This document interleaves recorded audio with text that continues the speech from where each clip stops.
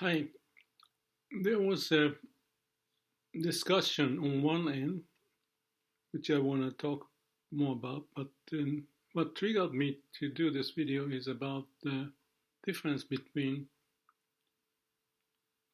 in Zen, they have their eyes half open and look about 3 feet ahead then to meditate. And in Vipassana, they close their eyes. I've done both of them, and after when I had that awakening in Vipassana, I kept the practice of keep my eyes shut all the time when I meditate. But like I said, moving meditation piece I posted, I can sense the same thing happening whether I have my eyes open or closed, because in moving meditation I keep my eyes open, but still get the same sense. So I can talk about what the pros and cons of eyes open and eyes closed in meditation. But that's why I said at the end, either case may work. And I even posted that in that meditation video that even Shin Buddhism, Namu Amida Butsu,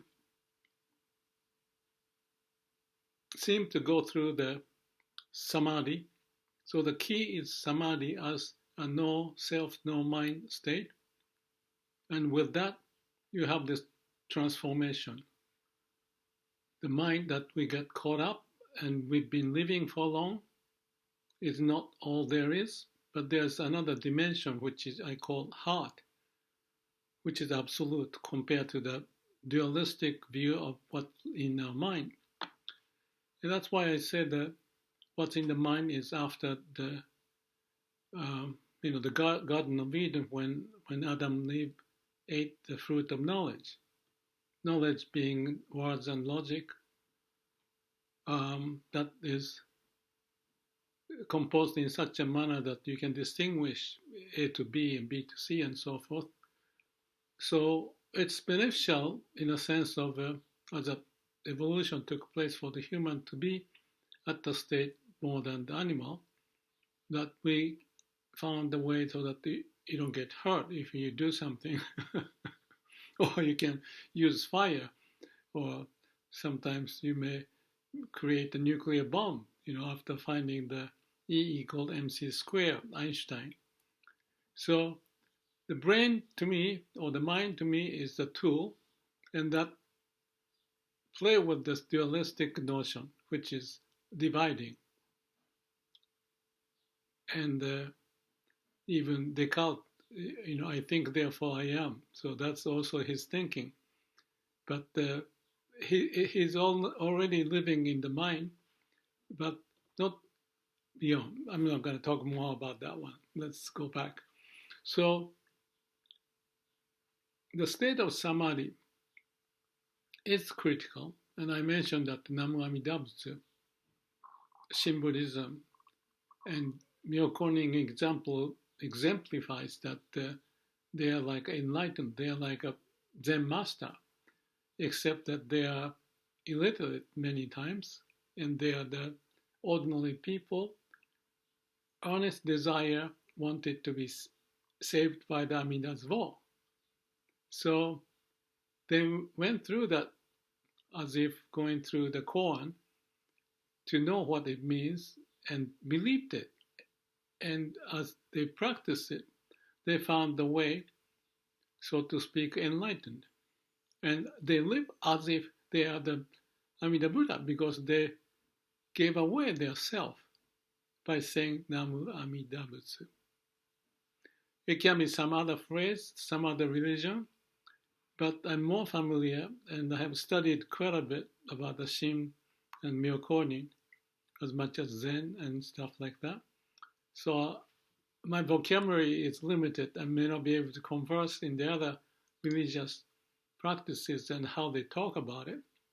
Maybe sometimes, like I use the word Garden of Eden and eating the fruit of knowledge. That's the Christianity or Judaism, whatever the case may be, and that point the same thing. So all the religion, if you really nail it down to the root core of it, is beyond the mind. The mind cannot solve. Mind create suffering. Therefore, you have to go beyond the mind. But we are so accustomed to be in the mind every day. And as soon as we start to grow up and being punished or told this and that and right and wrong, beautiful, ugly, this way and that way, money and fame, we get programmed. That programming is detaching us from the heart,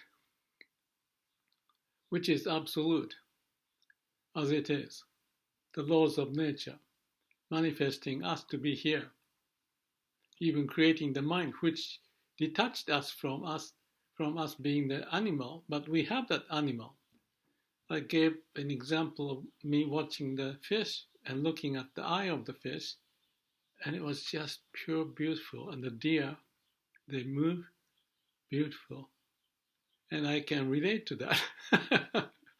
That's weird when you say that I relate, but because I'm in the Garden of Eden at the time, so to speak. So that no mind, no self, you practice it, you are in that space of the absolute, everything as it is. In fact, like symbolism, everywhere you see it, and the Taoism too. Shizen in Japanese means nature, but on its own by itself.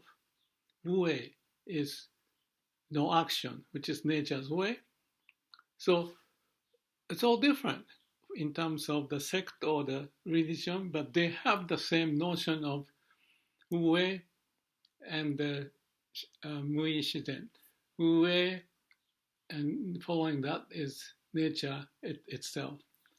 So when you look at the symbolism, when you look at the Taoism, when you look at the Zen, everything connects to the heart of being before the Garden of Eden. So that's why I said about the piece, the video about the deer and me transformed to a deer or the monkey. So we can shift the consciousness from the mind to halfway between, like a lucid dream, and or deeper, and be like a deer. And as such, what am I saying? It boils down to the core of our being, the nature's way, law of nature manifest. And when you're awakened to that, instead of caught up in the mind and play right and wrong and do it this way, and the society is moving, so you're part of the society, and you're told to do it this way and that way, so you go for it. But the root is forgotten. That's why the Zen says, go back to this root.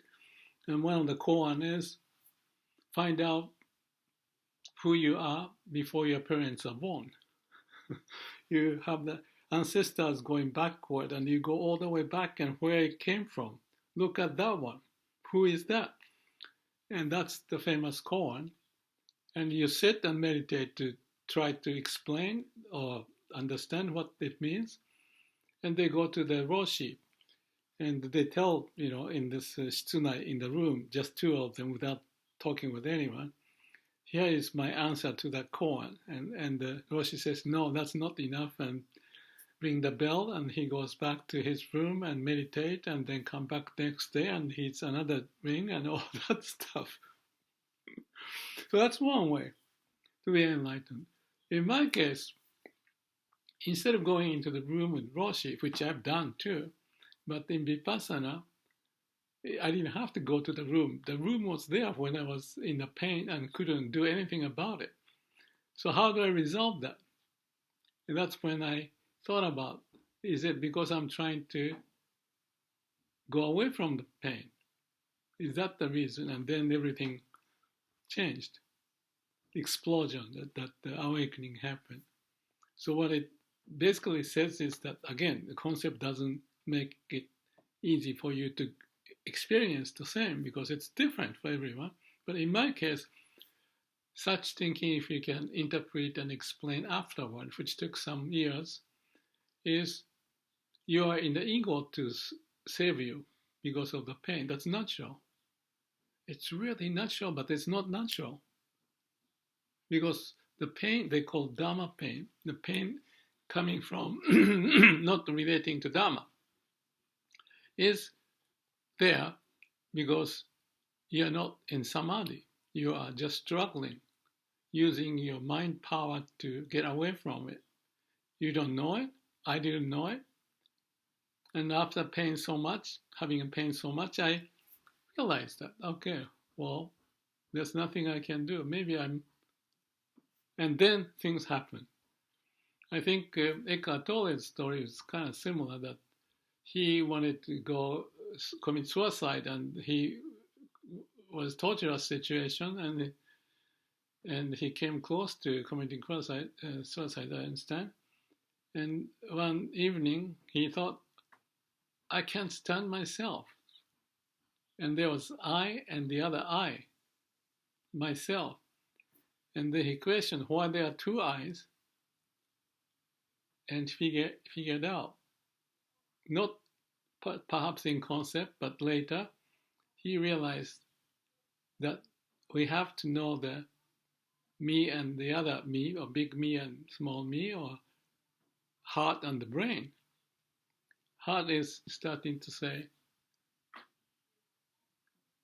you cannot stand yourself. Who is that you?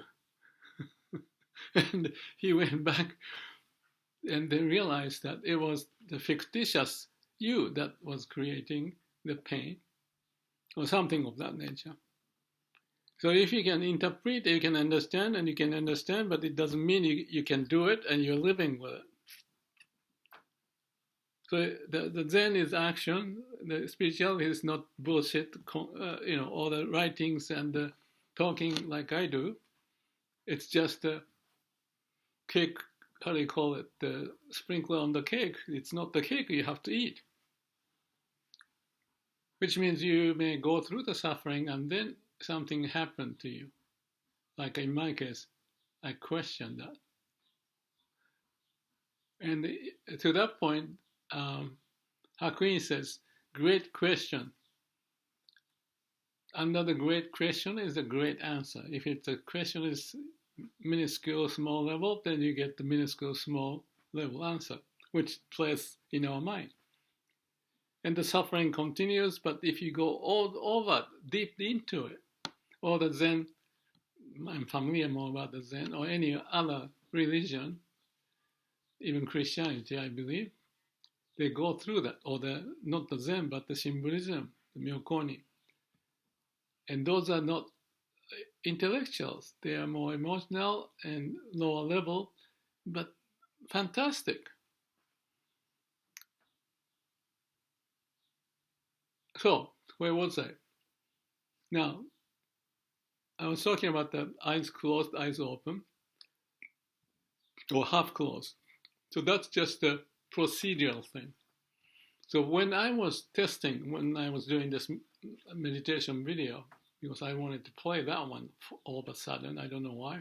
Maybe I'm so playful, having fun. So I compared. What's the difference? What I noticed is that prior to that 5 minutes, I guess I was more into eyes closed situation. I was talking a bit, like now, but I could go into it. And then I thought, okay, let me try now. I'm here doing this in samadhi, or semi-samadhi. Let me see what happens if I have my eyes open, or half open, like in Zen, which I haven't done for 20-some years, ever since I started Vipassana. But because, like I said, I can do walking meditation or meditating and doing Tai Chi and yoga and have the same sense of samadhi, I should be able to, which happened. But I could say see a subtle difference. When I half open my eyes, just one instant, maybe you cannot generalize it, is, yeah, this is the way that I thought.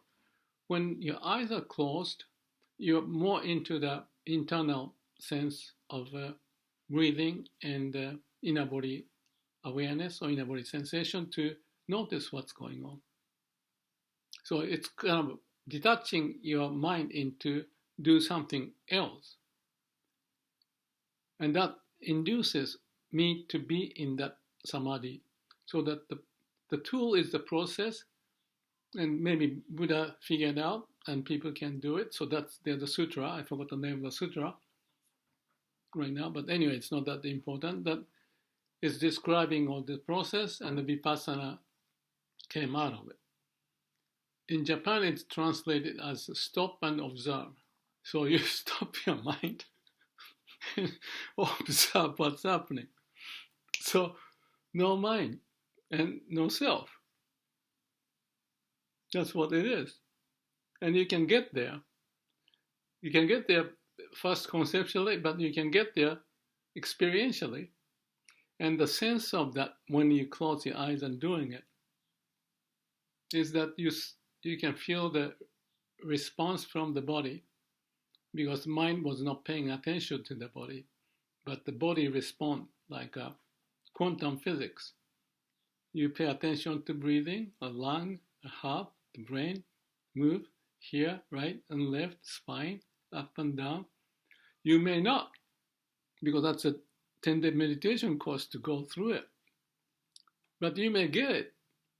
And I can get it, much, much quicker. It take 1 minute or less even to be in samadhi. Maybe not that simple all the time, but roughly speaking, as much as I can get it in the Tai Chi movement or yoga or walking into the Deya situation, into the Garden of Eden. And in there is the eternal home, the peace, as it isness and absolute. And there's a sense of it, experiential awareness of connection to heart, be in the heart. And when you are there, it's samadhi and the mind is left off. It may move the mind, but it may, like a froth or the waves, it may, because of your concern or the attention to inner body sensation in that case, the waves is fake. It's just a thought. So it passes away, and then you maintain and deepen your samadhi. So that eyes closed. Now, eyes open, I did half open, then I could see it this way. You may not. Again, it's individual's experiential wisdom. So when I did the half open, and I had a different sensation coming, which is kind of like this, that you're not focused on one object when you have the half eye open. You can focus something, but with the no mind and no self state, and looking at in front of you half eyes, whether it's the tatami mat or the little piece of paper or the pillow, whatever, then when your mind is focused, eyes may be focused on each line and the language and play with the interpretation of it.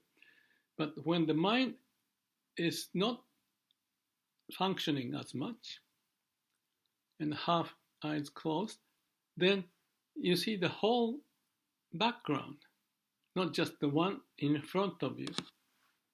So it's like I gave example of samurai.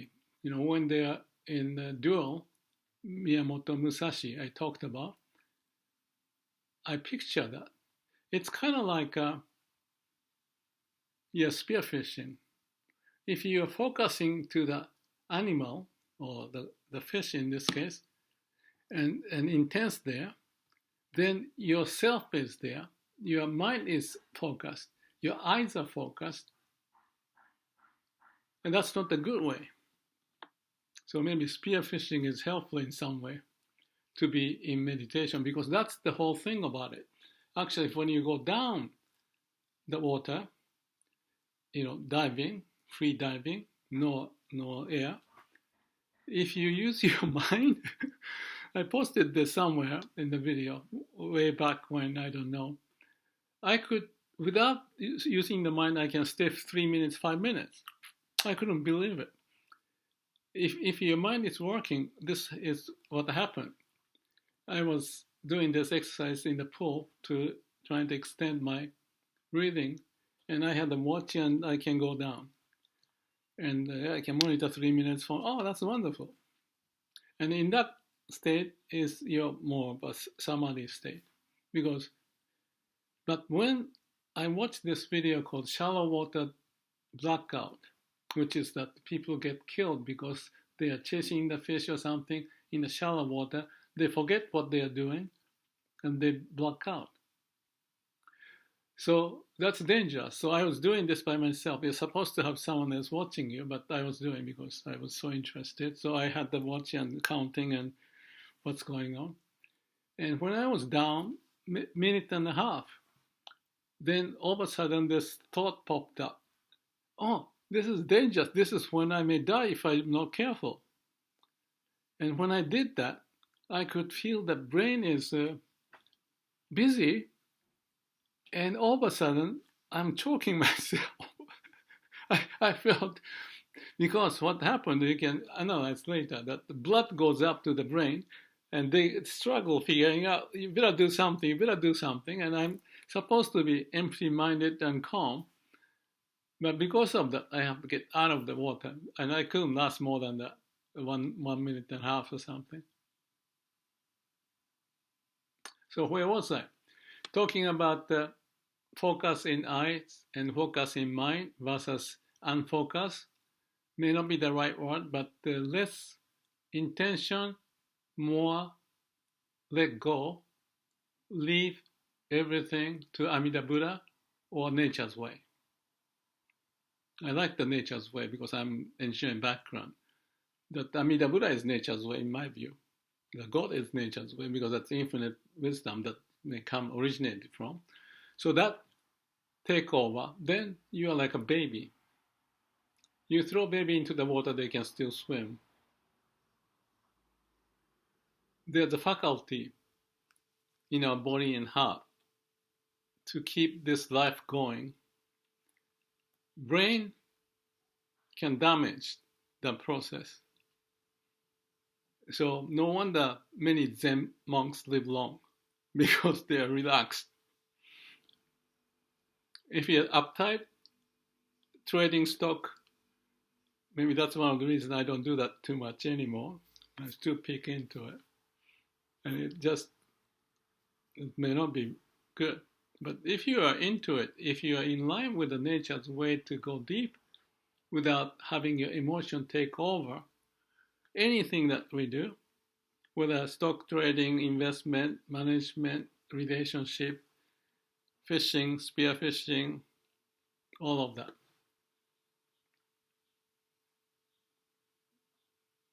Wow, swordsmanship I mentioned about Musashi. I didn't tell you, but when he's not focusing on the enemy and the movement of the sword, but he's perceptive to all the things happening. That's why I said to look at yourself at this from the third person's point of view. And that's what it is. That he can read the mind of the person and nail it. So it's a long story. I should quit now. But I think I get the point that I hope I explained the point that half eye, closed eye, there's subtle difference. But if you are in the right state of samadhi, your half eye would generate different perception, different part of the brain compared to closed eye situation. Because when you're closed, there may be light opening up and all that other stuff happen. But if your eyes open, it doesn't happen, but you have the other sense that can come. So I said in that Let's Meditate video that there are different ways to climb up the mountain, but if you're at the top of the mountain, this is Zen monk Ikkyu said, you see the full moon, the same full moon. And I refer to Hakuin, Zen monk, also appreciating Nembutsu from Shin Buddhism. So they're looking at the same moon and experiencing, but the approach may be different. So depending upon your interest and background of what may happen, you may find your own path. But I'm trying to share my experience. I'm kind of curious guy to read and look into it. So it may not be the whole of it, obviously. But for you to synthesize, then you start to see the picture like the statue, not looking at one direction, but 3-dimension, and figure out, okay, this is how you synthesize the whole information, not just the